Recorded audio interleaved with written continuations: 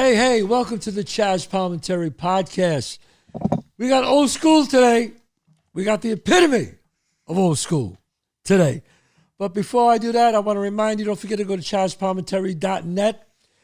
I start my tour of the one-man show, A Bronx Tale, the original show that started it all, that I did in 1988, 1989. Then I went to Broadway, and obviously Robert De Niro saw it. And it became the movie you saw, A Bronx Tale. Then obviously in 2015, it became the musical. But it all started from the one-man show that I'm doing now. I'm still doing it. If you want to see it, go to ChazzPalminteri.net. Also, my merchandise, the T-shirts I'm selling on ChazzPalminteri.net. The saddest thing in life is wasted talent. In the front, we got Bronx Tale. Of course, these great hoodies. Now you can't leave in the front. Now you can't leave with big Bronx Tale in the back. And this is a great one for your boyfriend or for your girlfriend, because if you think your boyfriend or girlfriend is one of the great ones, then you got to buy it, because Bronx Tale in the front. And, so many things that I wrote in Bronx Tale, the sayings that people just love. This one, Bronx Tale in the front, and in the back, is it better to be loved or feared? That's up to you. I always say it's better to be loved if you're a normal person. If you're sunny, it's better to be feared. Or if you're Sandy Blue Eyes, it's better to be feared, as they say. But we got a great guest on today, because when I talk about old school, we had him on once before. We had so many requests to bring him back again and again and again. They called him a national treasure. Here he is, the one and only Ralphie Squiggy, but as known in the neighborhood, Squiggy. Squiggy, how are you? Thank you. Brother? I am a national treasure. They wanted to bury me. They wanted to bury the treasure. Yeah, bury the treasure. Now, Squiggy, we talked about you growing up. We talked about your father was old school too. Real old school. The epitome of old school. Now, is it true? I want to know. I heard this from the reports. Is it true? Your father was 82. 82. And there was a girl in her 30s. 39 years old to be exact. 39 years old. And she wanted to marry him? Is that true? Well, yeah, my father, the first appearance, he looks like he has money. My father, big car, always dressed up, his own table in Joe and Joe. So my father, when you first see him, picking up the checks, but he has no money. He's a broker. He's a degenerate gambler. Degenerate gambler. Degenerate, yeah, out of his mind. Was it sports, ponies? But he bet anything. My father didn't care. It didn't matter. He gambled. He loved to gamble. Right. So he would be in Joe and Joe's every Friday night. They used to have entertainment. He had his own table. So this girl's over there with him. Now she's figuring, I'm making a score. How much longer could he live? He dies, I get all the cash. I get the Scolanti fortune, but there is no fortune to be gotten. So he's over there. And he's telling my sister he's got a girlfriend, he wants to get married, but he don't know her last name. So it's a little problem. You can put like to whom may concern on the thing. He doesn't know her last name? No, doesn't know her last name. But my father was never a man for...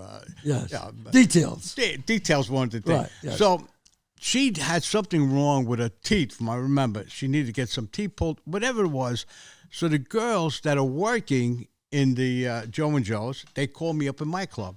They said, you got to come over here. This girl is 39 years old. She wants $7,000 for your father to get her teeth put in, whatever. Yeah. I said, what? This guy don't have 7 cents. That's number one. So I says, let me go over there. So I ride over there. Oh, what are you doing? Sit down, have a thing. So the girl's going, yeah, I need the teeth. So I told my father, give her your teeth and see if you're compatible. So he got mad at me. I told the girl, you got to go. I said, you got to leave. You got to go. Yeah, so she says, oh, well, I have to go. I said, you got to go. You got to go. 39 years old. He's 82. We don't know where he is. Wow. Go. He didn't talk to me for almost 2 months, 3 months. He was mad at me. He said, I ruined his love life. Wow. He got Mario's restaurant. Remember Mario's in Arthur Avenue? Yeah. He was going to have the wedding there. He didn't even know her last name. So he was really going to get married. Oh, yeah. My father, but my father did strange things. He didn't do anything like a normal human being. My father was like, he could have $2,000 in his pocket today. Tomorrow he could borrow like $1.50 to buy a sandwich. You know what I mean? He just was gone. He was Degenerate gambler. Degenerate. Yeah, he liked to gamble. Was he worse than you? No. He even said that. He says, this kid's a sick fuck. He says, he's telling me, he said, this kid's sick. And so I took after my father and I excelled. Now, I know we said this story once before, but it's so funny. When you were born, your father almost lost you on points or something. Oh, yeah, without a doubt. He was supposed to get the money. He had the money, actually, and go to Harlem Hospital. I was born in Harlem Hospital and pay to come out. You know what I mean? But on the way there, my father deviated to the dice game and loses all the money. To get you out of the hospital. Get me out of the hospital. Now my father's not even concerned. Like there's like weeks going by to it. My father, okay, he's home. He's not worried about where's the kid, where's my mother. What happened? Well, my mother's brother was a good fella, and he says, hey, Hogan, this kid, my sister, where are they? They're not here. So he lied. Finally, he had to confess. I lost the money. So they brought him to Fat Tony, the neighborhood. He borrowed Shylock money to go to get. So, like I said the first thing, I was born on points. Yeah, my father. I mean, people don't realize you're so old school and I'm old school. Our neighborhood was just. Oh yeah. It was like incredible. I mean, some of the guys. I'm trying to think of some of the guys back then. Did you know Frankie the Phantom? Frankie the Phantom was a dear friend of mine. He was? Frankie was. He lived next door to me when we lived on Clinton Avenue. Now, Frankie, good-looking guy, great ball player, another degenerate gambler. He'd be riding through the neighborhood. Now, listen, you got to see a car. I don't know if I can show this. And you don't see his head. All you see is two hands driving through because he owes everybody money. And they're cursing. Oh, so he would slide. He would slide down. We see two hands on the steering wheel, and they're going, I know it's you, you fucking. They're screaming. They're chasing the car. Is that why they call him the Phantom? The Phantom, because he disappeared. Wow. He did one time, we worked on construction. I don't know how I got this job. I hated working. I don't know why I got this job. You never liked working. No, I never seemed like a good idea. You know what I mean? I went for a job. They sent me to his job. My uncle sent me. Right. He says, Ralphie, go to this place. Talk to the guy. You got the job. So he's telling me, this is the hours. He says, and at 12 o'clock, this is true. He says, that's when you go eat. So I tell him, I says, well, how do you know I'm hungry at 12 o'clock? He said, what are you talking about? I said, well, I'm hungry at 2 o'clock. Well, it's possible. Right, that you're not hungry at 12 o'clock. He says, apparently you don't want this job. And I looked and I left. So I never got a job. Finally, they got me a job as, of all things, a bricklayer's, a laborer. Or bricklayer. I don't want to do nothing. I don't want to even get up in the morning. Now you got to really work. Man, I was dying. I was doing like rain dances. How long did you do that for? Well, I did it for like 4 months, but it was horrible. And I worked with Frankie the Phantom. Right. Now, Frankie's going every day. As soon as it rains, we're going to Aqueduct or Belmont Racetrack. So I used to do little dances, like an Indian war dance. So if it rained, you were off. I was on the way to Belmont. That's right. You can't lay bricks in the rain. No. So Frankie calls me. He says, Ralphie, he lived next door. He says, I need some money. He says, but they won't give me no money because he owes everybody money. So he says, I'm bringing you to Ralphie G. Ralphie was a famous guy for sitting in front of his club with a big baseball bat. He stood there. He didn't what was his name? Ralphie G, we'll call him. Ralphie G. We don't want to say his name. Okay. So he's sitting over there. And he wasn't a guy that you get like you're late on a payment. They send you a thing in the mail, you're late. Right, no. Yeah, but Frankie didn't believe in none of these things. He'd be knocking on your door with a baseball bat. Really? Oh, yeah, he was famous for that. So I'm a kid now. I'm scared of it. He says, go over there. It was my anniversary. Get the money, and I'll pay you back because we're on construction. So he sort of calmed me into it. I said, okay, Frankie. Right. So I get the money. In those days, it was $800. It was a lot of money. Right. A lot of money. So he comes in. I give him the $800. I said, Frankie, when you get paid, you got to give me this money. No, don't worry, kid. So I go to work. He's not there. So I says, but it wasn't. No, I wasn't too worried. It might be at the racetrack. I go home. I'm at my mother's house. I'm sitting over there. All of a sudden, there's a knock on the door. Boom, boom, boom. The door. It's his wife, Tony. She's crying. She's screaming. Frankie. I said, what happened? She says, they just sentenced him. Today, he's in jail he's got to do 4 years. Now, I'm crying. I ain't crying because Frankie's in fucking jail. I'm crying, who's going to pay this fucking maniac with the baseball bat? You got to pay. I got to pay.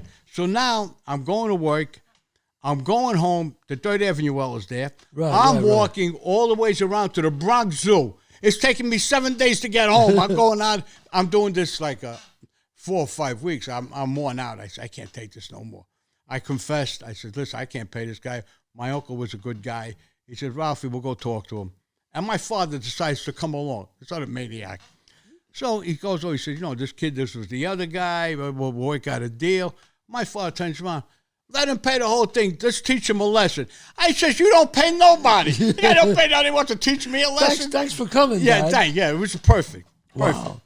Well, now, in the neighborhood, back then, people don't realize, before the, the Bloods, the Cribs, and all these other gangs, we had gangs there. Oh, yeah. Well, we had the biggest gang, the Fordham Baldies. Fordham Baldies. They wrote movies. Now, there was another gang back then, the Imperial Hoods. That was on the other. That was 180th Street. And where? Oh, that was 180th. Yeah, the 180 Prospect Avenue, Mapes Avenue. They were tough guys. They were real tough guys. They were sincerely tough guys. They might have been the toughest, actually. Really? Yeah. They were bad guys. Now, you remember guys like Moach? You remember Moach? Oh, well, Moach was on the other side. Moach was on the Fordham side. Was on the Fordham side. He was. He had hands like meat hooks. Yeah, hands like this big, right? He slapped you, you'd be spinning around for like 7 days. And we had, what were some of the guys? We like to give them a shout out. Freddie Bianco. Freddie, I know, he was a dear friend of mine. Remember Meatball? Do you remember Meatball? Yeah. Everybody, like we did, everybody has if you don't have a nickname, you won't really Willie recognize. Willie Mays. I don't even know Mays. I don't even know what his name was. Well, I still don't. I know 100 years. I don't know what his name is. I know it's Willie Mays. He was a great ball player. Great ball player. Great. Frankie Young. That's right. Yeah. We had guys. Everybody had a nickname. Everybody had a nickname. Right. Everybody. Yeah. We had some great fighters who fought in the ring. Yeah. Billy Bello. And the saddest thing in life is wasted talent is based on him. My dad. Right. He had his big fight before that. My dad saw when he got killed. That's how he mentioned about Billy. Billy died in an overdose. Yeah. On an overdose, he fought Gaspar Ortega. Right. That I was remember, a big and fight. My father and my friend and his friend Michael, they went up and they found him on the roof with a needle in his arm. That was a rooftop. Shame. Yeah, that was a. Tony Tarzo. He was the featherweight. Anthony Ivino. But Tony Tarzo was the Golden Glove champ. He won in He Chicago. Was the Golden Gloves? He was the Golden Glove champ. He won in God. Chicago, if I believe. He went to school with me. We all went to school together. Now, everybody always had a contest. Who was the best dressed? I heard Nicky Red was a great dresser. Great dresser. Nicky was. His brother was supposedly a great dresser. Actually, his brother was a great dresser. Nicky was younger than us. He would come out. Everybody had shoes. Everybody looked at your shoes. We used to have all those suede shoes.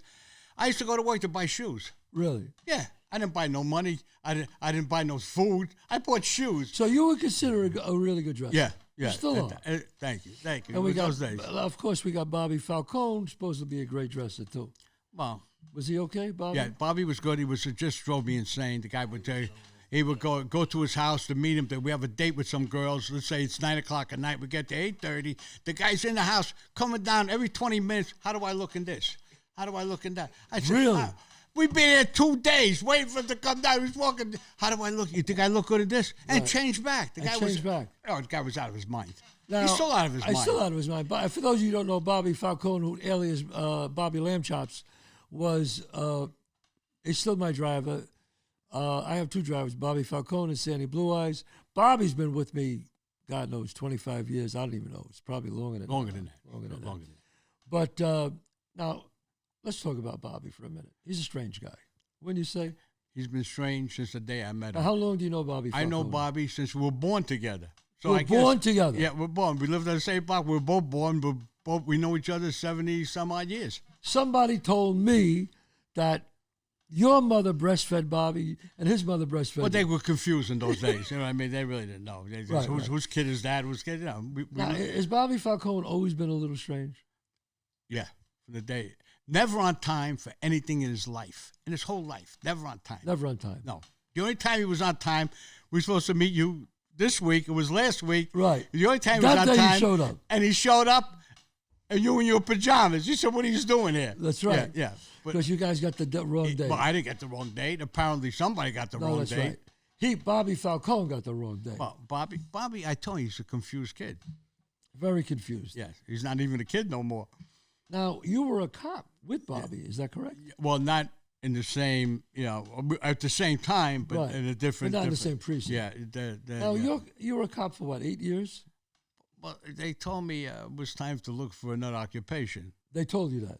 Well, yes, yeah. Some guy put some article in the paper about me and whatever it was. It was a lie. Oh, I was framed. I know it sounds. I have no idea what they were talking. The high-ranking member of something. I said, I'm a degenerate gambler. What are you talking about? So they did you were a high-ranking member of the mob. Yeah, well, they put that in the New York Times. Front page. Front page. Front page. And you weren't. No, I was high. I don't have 9 cents. What do you mean? Those days, guys made money. Right, it's true. Yeah. Wow. Yeah. I mean, that's... I'm still hurt. You're still hurt by It's that. 40 years later, and it still affects me. So you were a cop for 8 years. Finally, they said, I think when you got busted once at a crap game in a uniform, right? Yeah. Well, I didn't get. They told me to leave. I mean, and it's the only time I was winning. One of the few times that I'm winning. I put a claim in. I said I want to get this. So what do you mind? They rated the game. So they rated the game, but they gave you a break. They gave me a break. Yes. Yeah. So what's your advice, if you can give advice, to any young, very young degenerate gamblers out there? What would you say? Because you're not a degenerate gambler anymore. No, you went to a rehab, right? I went to, but you know what it is? It takes a toll on you. You know, you never think you're going to get older. It's a fact of life. So you think all the money, I made a lot of money. I did a lot, but I spent more than I made, and that's not a good equation. Right. No, I know. Yeah. But do you have any advice for young degenerate gamblers out there? Yeah. Squiggy? Well, listen. So let's be serious. I'm going to be dead serious now. Okay. You could be what you're going to do, but then at the end result, you're going to get older. Somewhere along the line, you're going to get old, and you're going to say, what the fuck am I going to do now? Where am I going to? It's hard to earn money. You know, you get, when you're younger, you earn money. I did nightclubs, whatever we did, we made money. Then you get older and older, then you can't make money. And then what do you have to show? You got nothing. Right. You got no money. You got nothing. It's not a good thing. Did you know any degenerate gambler that ever came out on top? I don't. No, I don't. I know guys who won a lot of money, but used their heads and they bought houses. They did that, and they sort of stood. You know, they used that money for other reasons than to gamble. Right. But if you use it to gamble, sooner you look. They don't build casinos and all these things. When's the last time you saw a bookmaker driving a Volkswagen? You know what I mean? It don't happen. That's true. The house always wins. The house. Well, look at these, what they betting on just the Super Bowls. I talk about billions, not even millions, billions. Billions, right? So they're willing to give you a free bet. Bet this thing, we'll give you $1,000 for nothing. Who does that? That's true. I remember. I mean, Fat Ricky, he was a degenerate gambler. Yeah. You know, they had a contract out on him, I remember, because he beat 2 crews. He was robbing everybody. He robbed everybody. He robbed 2 crews and he took off, which was pretty bad.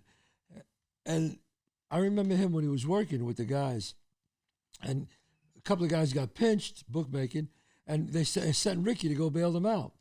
They said, here's $800, go bail them out, which is a bad thing to do. No, he especially took with the him. $800, he said, as a degenerate gambler, I'm going to go to Aqueduct, win money, then I'll go bail them out. Yeah, it seemed like a personally reasonable idea. He went to Aqueduct, lost it all. Yeah.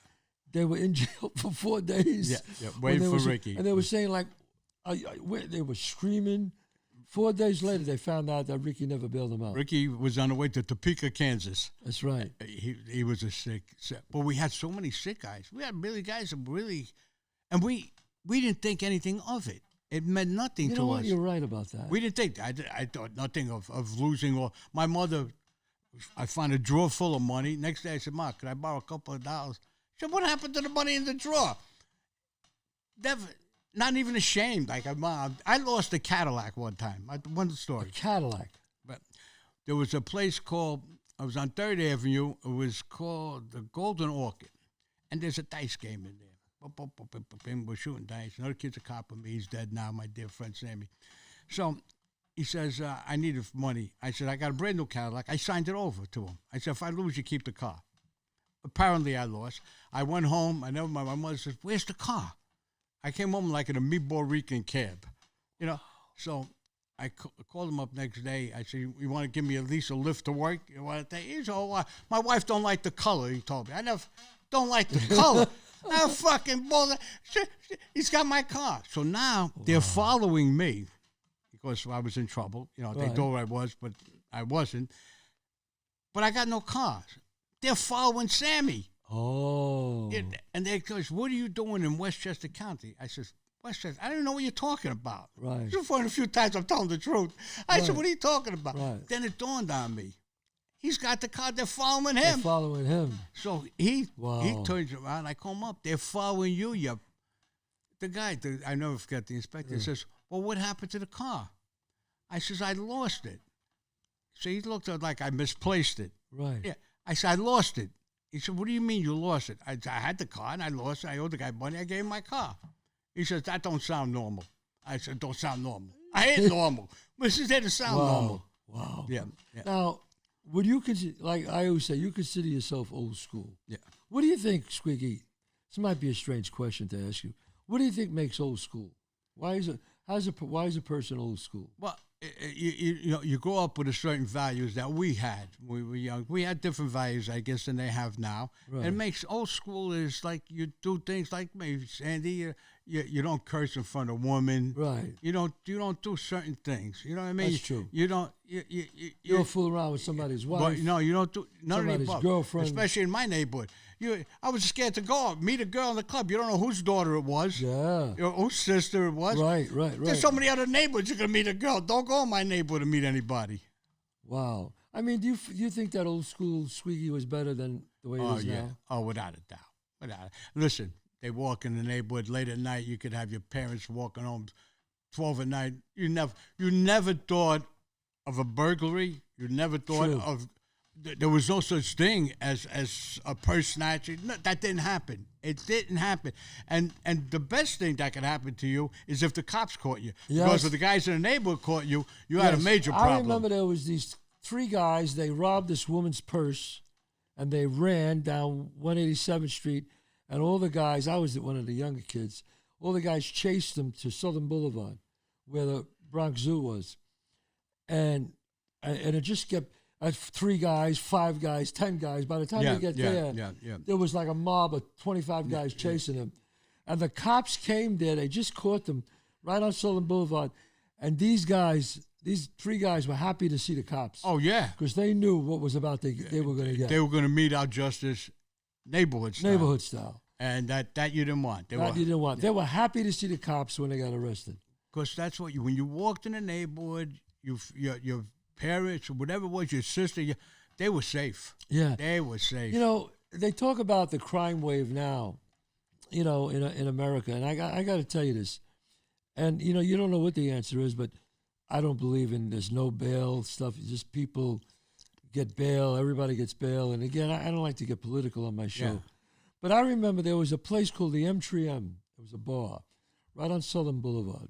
And Tammy Moriello owned it. Tammy was there. Tammy the fighter. Tammy the fighter, right. He owned it. And all the wise guys would go there. And across the street, there was the Bronx Zoo. But on this side, all the wise guys would double park their cars. Back then, they had the 8-tracks. Remember the 8-tracks? Yeah. All the junkies were robbing cars. They would rob the 8-tracks. So Tammy and a bunch of those guys, they said, okay, this has got to stop. It's got to stop. They went out. They grabbed a couple of those junkies. They put them in a car.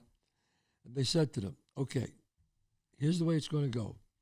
You want to rob any 8-tracks? You rob on the side of where the Bronx Zoo is.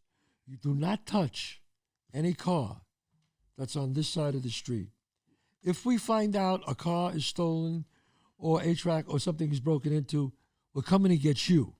So you tell all your people and everybody, one more time it happens, somebody's not going to be seen anymore. No more stolen. No more. On that side of the street, you would see them breaking into cars. On this side, never another car was broken into. So fear says something.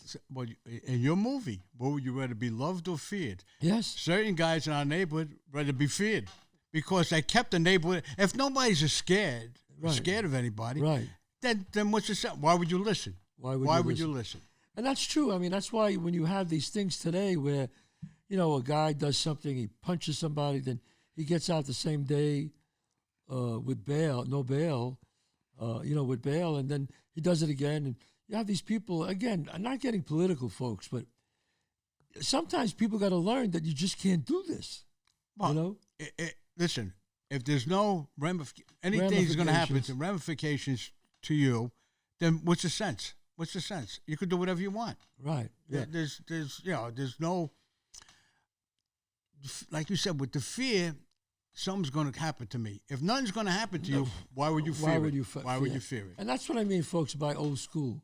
I remember when the wise guy said, hey, be there and don't be late. Here's this money. Go put this bet in for me. You put the bet in. Oh, yeah. You put the bet in. Yeah, yes. I mean, because that I said, and Ricky did that. That's a real degenerate gambler. They give you money to go put a bet in, and you have the balls not to put it in, thinking the horse is never going to win. That ever happened like to you or something like that? No. So one thing I did, you got to be honorable in certain things. You don't get, people, they trust you. They know you're sick, but they trust you. You know what I mean? And that's the truth. Right. If you're not, you play according to Hoyle in the neighborhood. Right. Outside of the neighborhood, they used to look for guys that didn't have to pay. Right. They say bookmakers somewhere else, they will come in, we'll take your bets. Nobody's paying them. Nobody's paying them because they won with nobody. You ain't getting paid. That's what I'm saying. But if somebody was with somebody, then you had to pay. You had to pay, and you knew better. Yeah. Well, you know, because you came from there. You knew what you could do. Right. And you knew what you can't do. Right. And fear is a very strong motivator. It's the only motivator. Because if nobody fears anything's going to happen to them, then what's the difference? What's the difference? Give me your money. Sometimes you got to have a little fear in life to keep the neighborhood right. Folks, this was a great show. Old school, the original, the one and only Squiggy from my neighborhood. Squiggy is a legend. We're going to have him back on again. Squiggy, you are... my man. You're the best. Yeah. Don't forget, this is the Chazz Palminteri Show. Go to chazzpalminteri.net to find out where I'm playing, doing the one-man show. You can go on there, get my merchandise, all the great hats, T-shirts, hoodies. Also, if you want to do a one-on-one with me, you can go on there and set up an appointment. Neighborhood Logic, where you want to talk about your career, your life, or any problems you have. We can solve that with Neighborhood Logic. God bless you. And wait a minute, don't forget my restaurants. 264 Main Street in White Plains and 30 West 46th Street in Manhattan. Two of the great Italian restaurants around. God bless you and good night.